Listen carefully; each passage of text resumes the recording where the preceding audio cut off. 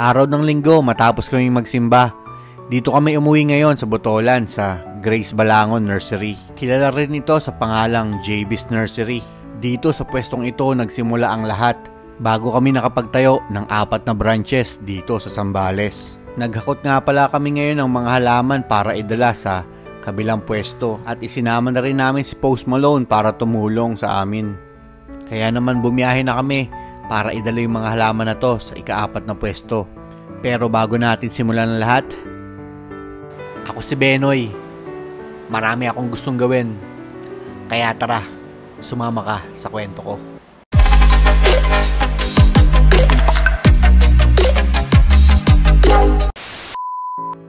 At yan, nandito na kami sa ika-4 na pwesto sa Kabanggan. Ibababa na ang mga halamang ito tapos aayusin ng maganda. Kaya let's play B-roll.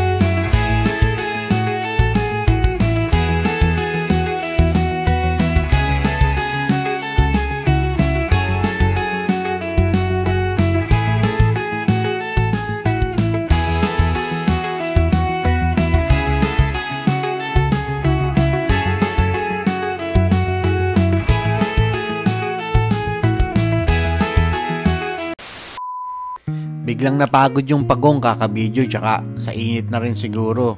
Kaya sumama muna ako kay Papa para mamili kami ng mga pagkain para sa mga nag-a-arrange ng mga halaman. At dito kami nakakita ng pagkain sa bakery. Bumili kami ng Mongo basket, cheese bread tsaka yema bread. 1, 2, 3.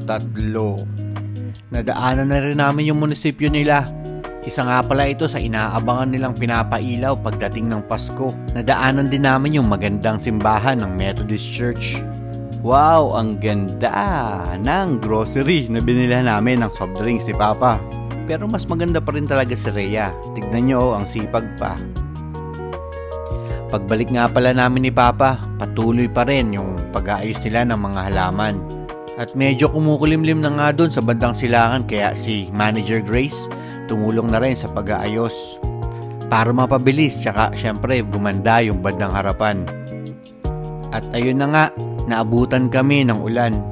Pero so far, naibaba at naiayos naman ang mga halaman para sa kanilang kinalalagyan. Di nagtagal, umuwi na rin kami tapos pinuntahan namin yung sinasabi nilang tumangan. Napakaraming tao ngayon dito, siguro nga dahil weekends ngayon. At nakita rin namin doon si Yen Yen.